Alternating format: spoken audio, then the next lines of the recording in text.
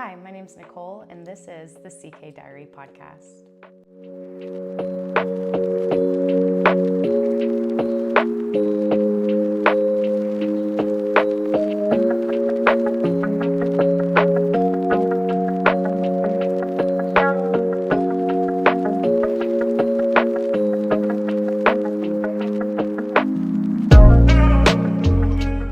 Hey guys, I hope you are having a great week. I'm so excited to sit down and talk with you today.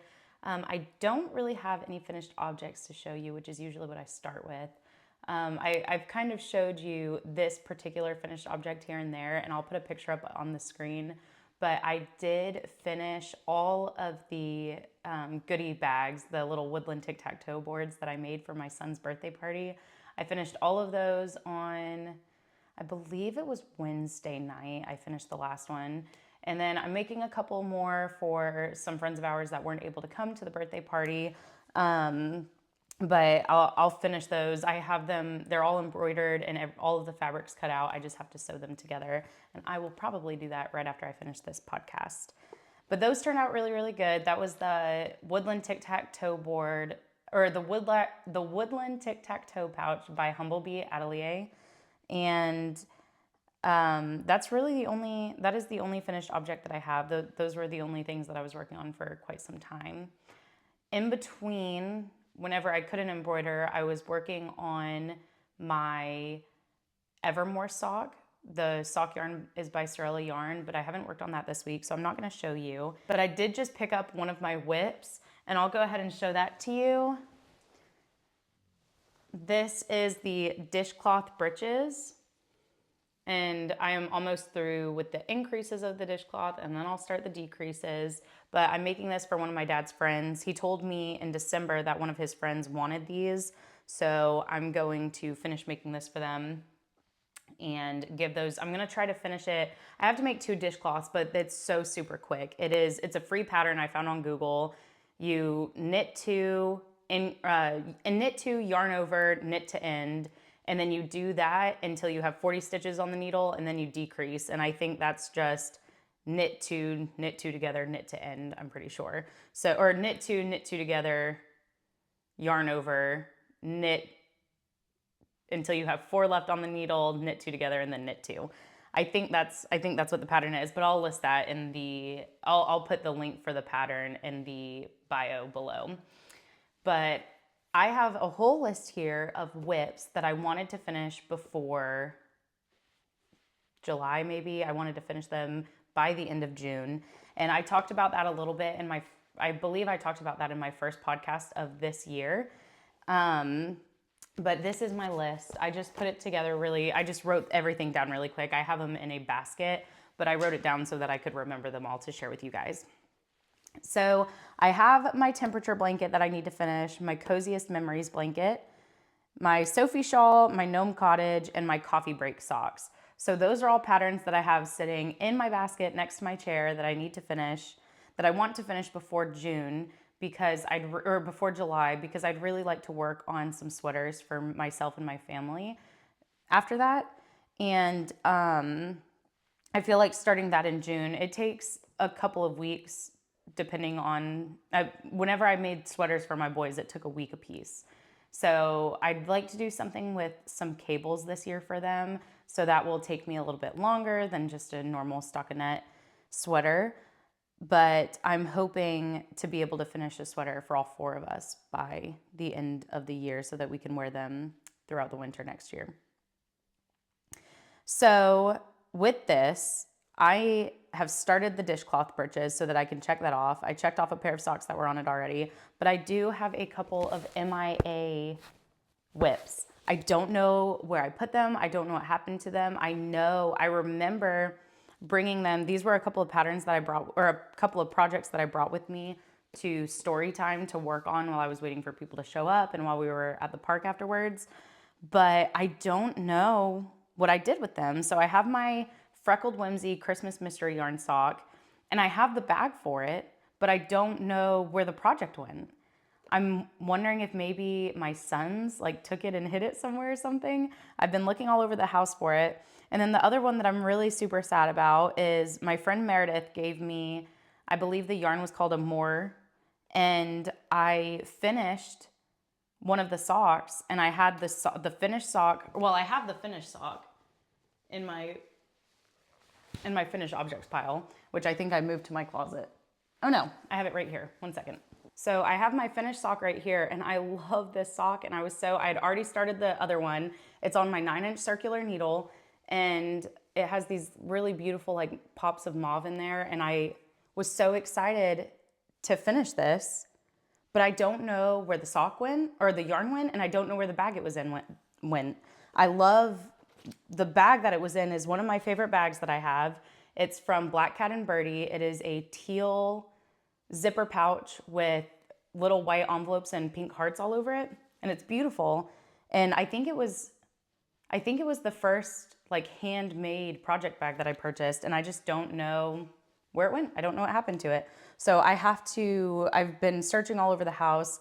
I know my neighborhood has a lost and found, but I know that I didn't leave it. Oh, well, we have a cabinet in the house that sometimes we put stuff in, like whenever we're cleaning out the car. And I didn't think to check there. Maybe I'll need to check there after this podcast.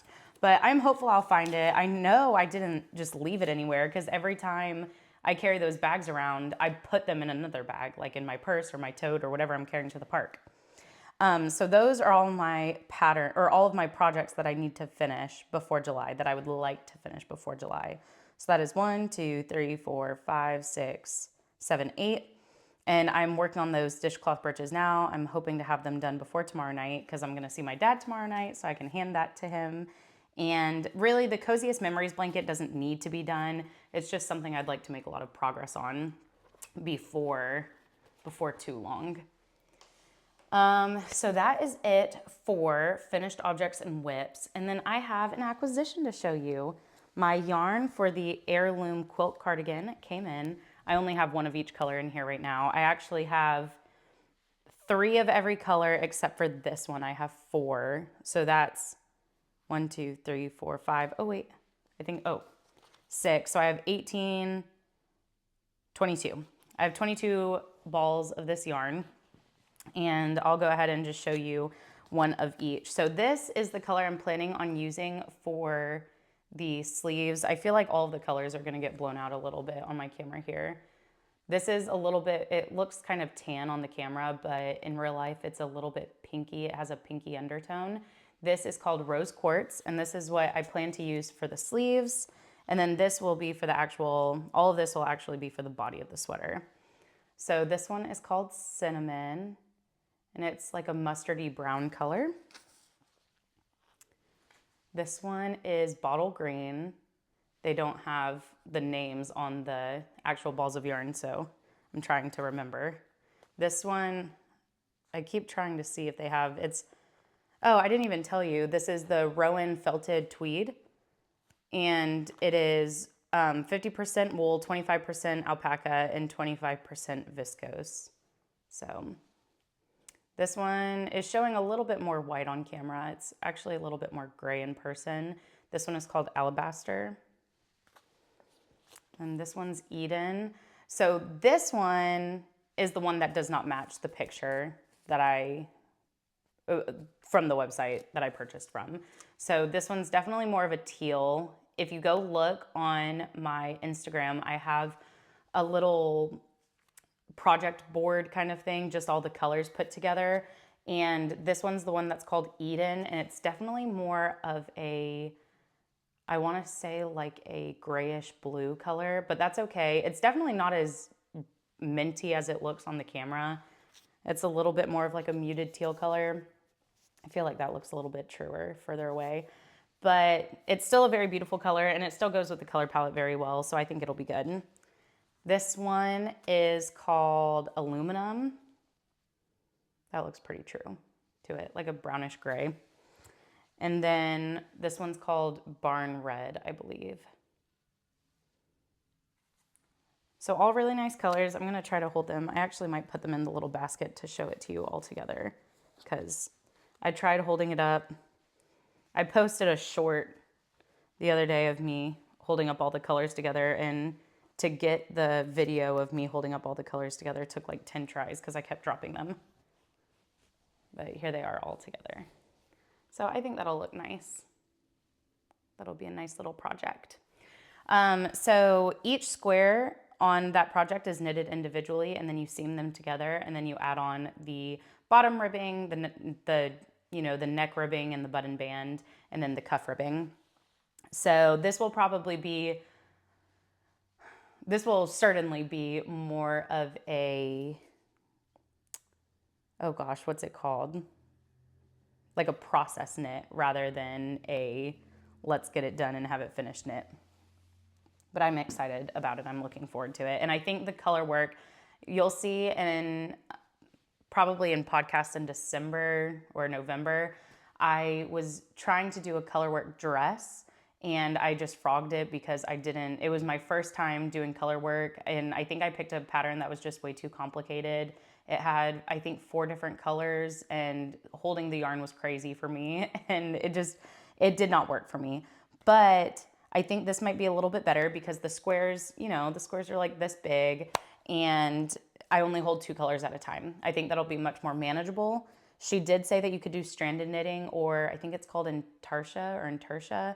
I don't know how to do that. I'm gonna look up a video to see which one I wanna do. She said the intertia will save a little bit of yarn. So I'll probably look at that here soon. But yeah, I think that's really all I had to talk to you about. Finished objects, WIPS, and my my acquisitions. I think that's it. And all I have left to do is talk to you guys about the spotlight pattern this week. All right, and I'm going to go ahead and share my screen with you guys. All right, and let's see. I actually haven't even picked out a pattern today for the pattern spotlight. So let's just go ahead and look through my favorites and see what we can find that I want to talk about. All right. Let things load.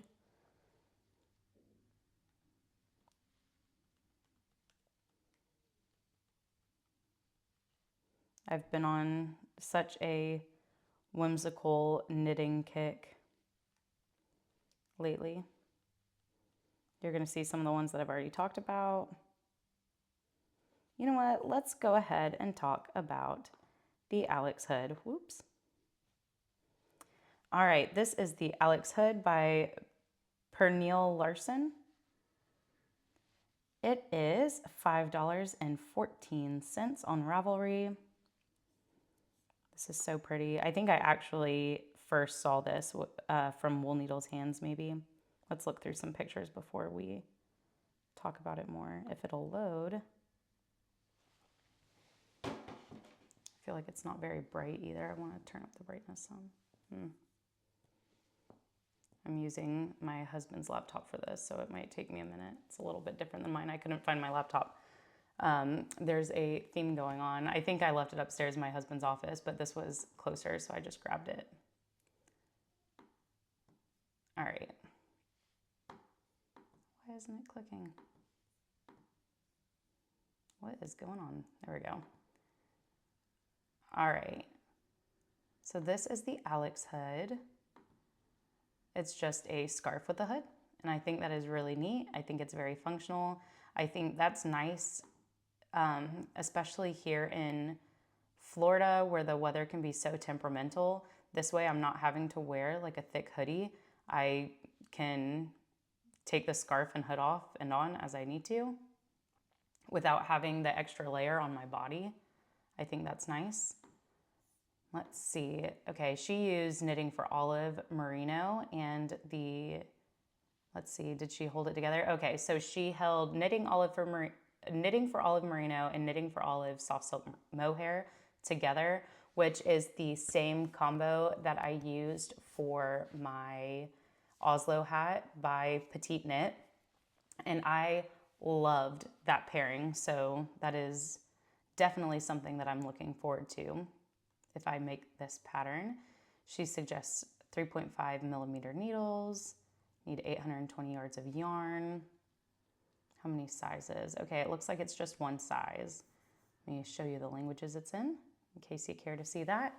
All right, and this says, Alex hood is a hooded scarf that is worked back and forth in a simple 2x2 rib pattern. It is worked using one strand of merino, either one strand of soft silk mohair or one strand of compatible cashmere held together. Alex hood can be worn with the hood down just like a regular scarf, or on extra cold days with the hood pulled up to protect the head and face against the wind and weather.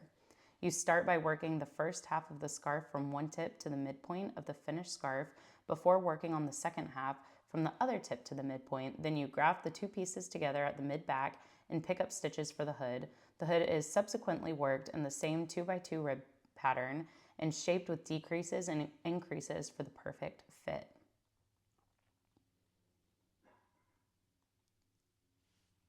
That looks like it would be a super fun pattern to work on.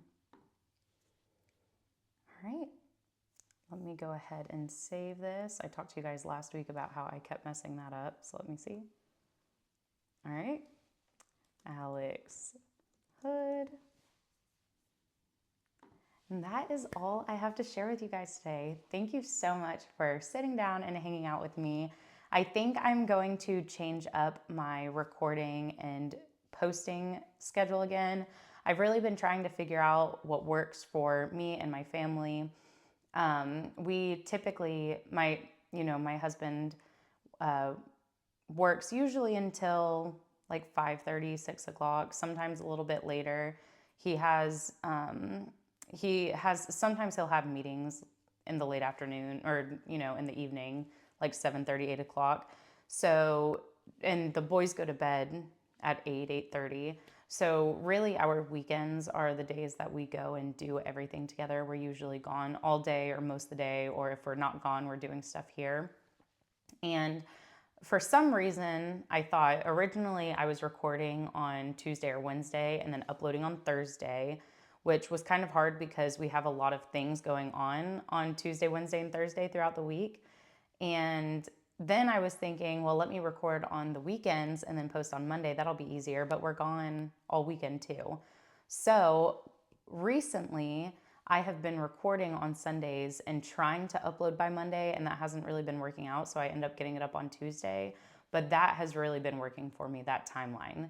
Recording on Saturday or Sunday, because it takes about 30, 40 minutes to record, maybe up to an hour, depending on the things that I get together. Today was easy because I kind of did it lazily. I'll write out a plan of what to talk about, and then I'll pick my spotlight pattern and try to be a little bit more organized. But with the boys' birthday party and just putting things together leading up to that, and then us being sick the week before, I just didn't really have time to do that this week. So I just kind of threw this together. But typically, I'll put together a little plan and stuff. So that recording Saturday or Sunday, editing it Monday, and posting it on Tuesday has really worked well for me these last couple of weeks. So I think I'm going to try to change my upload day to Tuesday just to give myself a little bit more time. Mondays are usually pretty chill. We usually don't do a whole lot. We're recovering from the week before and the weekend and trying to get the house back together and all of those things. So we're usually home. But yeah, I appreciate you guys hanging out and watching so much. I can't wait to talk to you guys next week, and I hope you have a wonderful week. Bye.